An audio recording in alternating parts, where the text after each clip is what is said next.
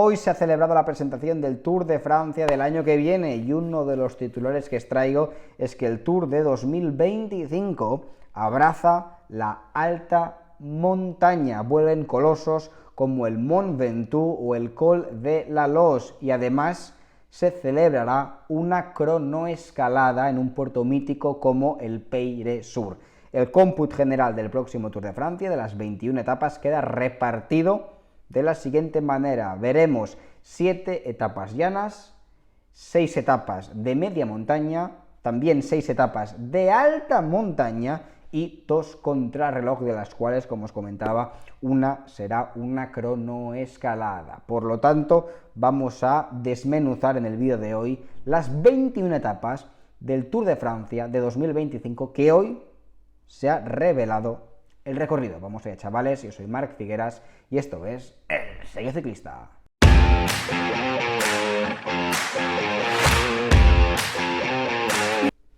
¡Yepa, chavales! Pues después de unos días sin colgar vídeos, la verdad es que en la última semana tampoco ha habido demasiado de lo que hablar. Hoy volvemos al canal para analizar el recorrido del Tour de Francia 2025. ¿Cuál es vuestra opinión? Dejadme en comentarios qué os parece el recorrido del próximo Tour de Francia. Si no lo sabéis ahora, lo vamos a descubrir juntos y quiero que también me dejéis vuestra opinión acerca de cuál es la percepción que os deja. Antes de meter el bisturí en cada una de las 21 etapas, mi opinión es la siguiente. La primera es que me gusta, es un trazado que me gusta el próximo Tour de Francia. Y mi segunda opinión es que creo que el recorrido va de menos a más. Es un trazado que va dosificado, que va, como os digo, de menos a más, porque la primera semana no es que sea aburrida, pero es bastante tradicional, con poca montaña, con pocas etapas decisivas, y es algo que choca cuando ves la segunda y la tercera semana. La segunda semana en los Pirineos será durísima y la tercera más de lo mismo, durísima en los Alpes con puertos míticos como el Col de la Loze, como la Madeleine, como el Granon y jornadas con más de 5.000 metros de desnivel. Creo que lo que hace el Tour de Francia es diseñar una primera semana donde no hayan demasiadas diferencias para llegar a los Pirineos y a los Alpes con la carrera en un pañuelo y que haya emoción hasta el final. Creo que esta es la lógica y el porqué de esta primera semana que, comparándola con otras temporadas, es bastante tradicional y poco dura. Ahora veremos cómo son cada una de las 21 etapas, pero reventad el botón de me gusta antes, suscribíos al canal, esto realmente marca la diferencia. Vamos a intentar llegar a los 73.000 suscriptores a final de año, es una auténtica locura cómo está creciendo esta comunidad del sello ciclista. Y como os digo, vamos a echarle un vistazo a este recorrido 100% francés. Sacan pecho los franceses de que el próximo Tour todo tendrá lugar en terreno francés, no comenzará ni en Italia, ni en Dinamarca, ni en la Conchinchina popular, sino que comenzará en el norte de Francia, en Lille, donde, como os comento, las primeras 3 etapas, como veréis, no son demasiado duras. La primera etapa en Lille para sprinters, para corredores como Philipsen, como Girmay, lo mismo en la segunda etapa que aquí la estáis viendo, en la zona de la Bretaña francesa, comienza en su capital, en Brest, y es una jornada, ojo, porque no es totalmente plana, no es una jornada donde se superen pistas de aeropuertos, sino que es para sprinters, pero son jornadas accidentadas, con sube y bajas, por ahí la Bretaña, y ojo al viento, porque dependiendo qué carretera superen, ahí en la Bretaña hay lugares donde el viento azota muy duro, sobre todo cuando los corredores se acercan a la costa, llegando el viento del océano Atlántico. La tercera etapa, como la estás viendo, que termina en Dunkerque, también etapa para sprinters, como estás viendo las primeras jornadas, con repechos donde un Van Aert, un Van der Poel también van a tener su qué. Y la quinta etapa del Tour de Francia es la gran primera etapa decisiva, porque es la única contrarreloj plana que tendrá la carrera. 33 kilómetros planos, no tenemos el perfil todavía, pero carreteras anchas, sin terreno accidentado, por lo tanto una contrarreloj tradicional de 33 kilómetros. Un trazado que, como veréis, le sonríe mucho a Pogačar y también a Jonas Vingegaard, no a Remco Evenepoel, que después de ver este trazado, y ahora cuando lo vaya desarrollando lo veréis, puede ser que ni participe al próximo Tour porque hay muchísima alta montaña y jornadas de contrarreloj que le vayan bien solamente se encuentra esta, así que soy escéptico en cuanto a la participación de Evenepoel en el próximo Tour de Francia. Etapa número 6 en Saint-Maine-les-Grand, también es una etapa plana, el perfil todavía no lo han sacado, pero ojo a la etapa 7, donde no se sube todavía al Col de la Loze, pero es el primer murito duro, tradicional en la Bretaña. Se sube el muro de Bretaña, donde ganó la última vez en 2022 Mathieu Van Der Poel en un final que le dedicó la victoria a su abuelo, a Lulú, a Pulidor. Además, de esta victoria vino el maillot amarillo que se enfundó en aquel día Van Der Poel, pero un final tradicional de primera semana en el Muro de Bretaña, que será más espectacular que decisivo, porque entre Pogačar y Vingegaard dudo que haya diferencias, pero sí que veremos ataques, veremos algún corredor de la general más diésel que le cuesten las subidas de 2 minutos, 3 minutos, que pueda hacer algunos segundos, y sobre todo veremos lucha entre los hombres de la general y punchers como Van Aert, Van Der Poel, Alaphilippe, este tipo de corredores, pero todavía grandes diferencias solamente se van a ver en la jornada de la contrarreloj. La etapa 8 y la etapa 9 son planas, y la jornada número 10, que será la que pondrá punto y final a la primera semana, será la primera etapa de montaña. No es nada del otro mundo, sí que es cierto que se superan muchos metros de desnivel, 4.400 en total, porque la jornada encadena 1, 2, 3, 4, 5, 6 y hasta 7 puertos, pero tampoco vaticino grandes diferencias porque el Puy de Sancy es un último puerto de 3,5 kilómetros al 8%. Dudo que en la etapa 10 se abran grandes diferencias con un recorrido que es verdad que hay muchos metros de desnivel, pero mayoritariamente son puertos muy encadenados y no veo una subida larga lo suficientemente jugosa para que alguien se la juegue desde lejos. Bueno, con Pogačar nunca lo sabes, pero será una jornada donde algún hombre quizás sí que se desmarca de la general, algún hombre sufre mucho, pero los hombres del podium top 5 en principio no deberían pasar demasiados problemas. Esto es lo que da la primera semana. Como os digo, etapitas interesantes los primeros días en la Bretaña, que si el viento, que si la crono, que si el Muro de Bretaña, que si este primer tastito de montaña, pero ojo porque ahora sí llegamos a la segunda semana y aquí es donde abrazo el recorrido del próximo Tour de Francia, porque se pone dura de verdad la carrera. Etapa 11, final tradicional en el sur de Francia, en la ciudad de Toulouse, para los sprinters, o una fuga. En el terreno de Toulouse hay sube y bajas que también favorecen a las fugas, pero aquí es donde de verdad la carrera se pone seria. Etapa 12 se termina en Hautacam, un puerto mítico del Tour de Francia. Se terminó ahí hace 2 temporadas, donde Vingegaard soltó a Pogačar mediante el trabajo de Wout van Aert y sentenció el Tour, un puerto donde tiene una espinita clavada a Tadej Pogačar, así que le debe motivar este final al esloveno. Y aquí estás viendo el terreno.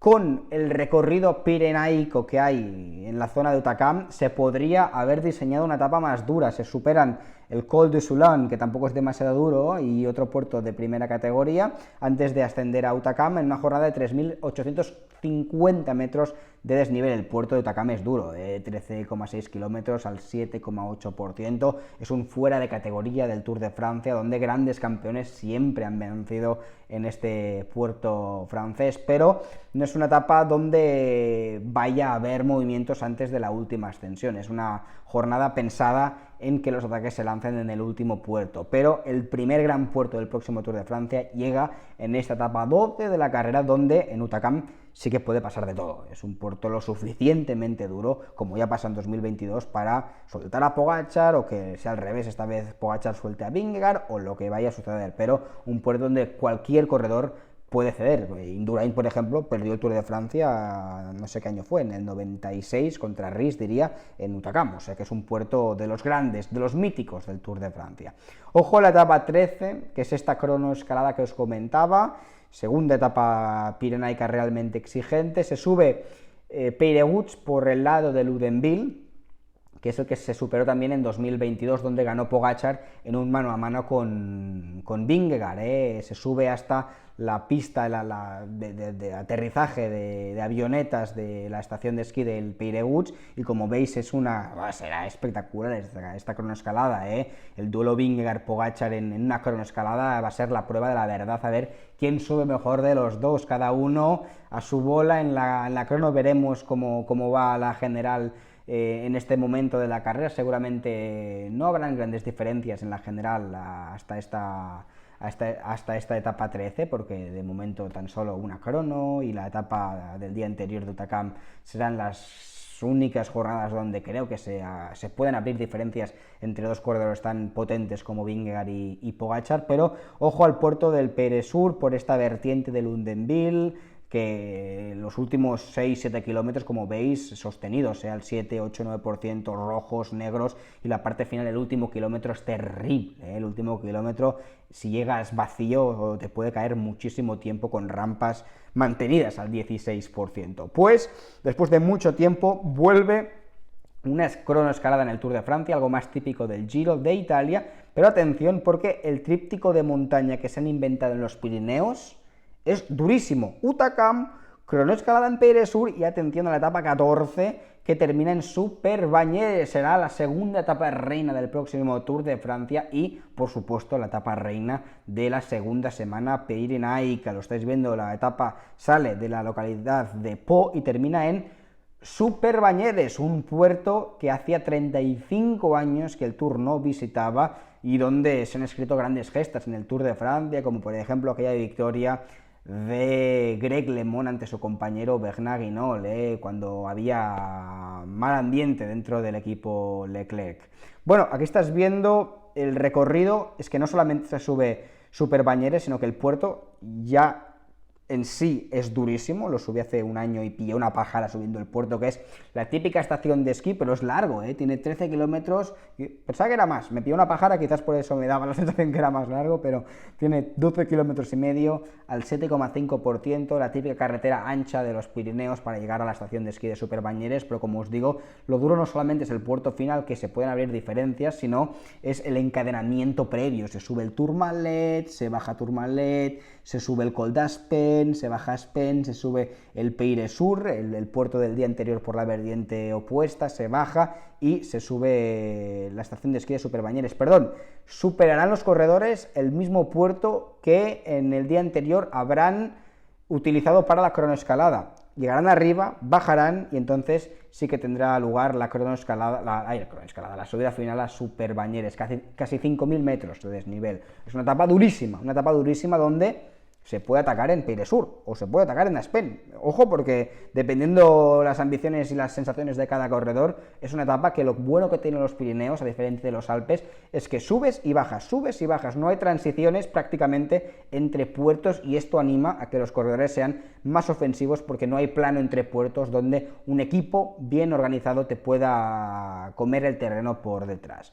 Después de este tríptico de montaña pirenaico, etapa 15 termina en Carcassona, etapa plana para los sprinters y segundo y último día de descanso antes de arrancar la última y temida semana final del Tour. Y ojo, redoble tambores, porque abrimos la tercera semana, que será la de los Alpes, con un coloso del Tour de Francia. Cierto que no está en los Alpes, pero sí que está camino de los Alpes, y es el Mont Ventoux, etapa 16. Después de 2 años sin aparecer en el Tour de Francia, el Ventoux vuelve a la carrera y esta vez termina arriba. Creo que el último final en alto en el Ventoux ya ha llovido bastante. Cierto que en 2022 superó el Ventoux el Tour de Francia en aquella victoria de Van Aert, que por detrás Vingegaard fue la primera vez que soltó al maillot amarillo, que era Pogačar. Fue la primera edición del duelo Vingegaard-Pogačar, pero esta vez terminan en lo más arriba del Mont Ventoux, un puerto que me conozco bien, que he subido en múltiples ocasiones, pero que tampoco hace falta que os comente demasiado, porque todos sabéis la dureza del Ventoux, 20 kilómetros, el paisaje lunar, prácticamente se suben 2.000 metros, una subida larguísima, durísima, y que si sopla el viento la parte final está muy expuesta la del Mont Ventoux. Bueno, este puerto nos puede deparar diferencias entre cualquier corredor, es uno de los grandes puertos del Tour de Francia. Etapa 17, etapa para los sprinters, para la fuga, dependiendo la actitud del pelotón, termina en Valence y atención porque etapa 18 será la jornada reina del próximo Tour de Francia. Agarraos si tenéis alguna mesa, alguna silla, la pared, porque os podéis marear solamente viendo el recorrido.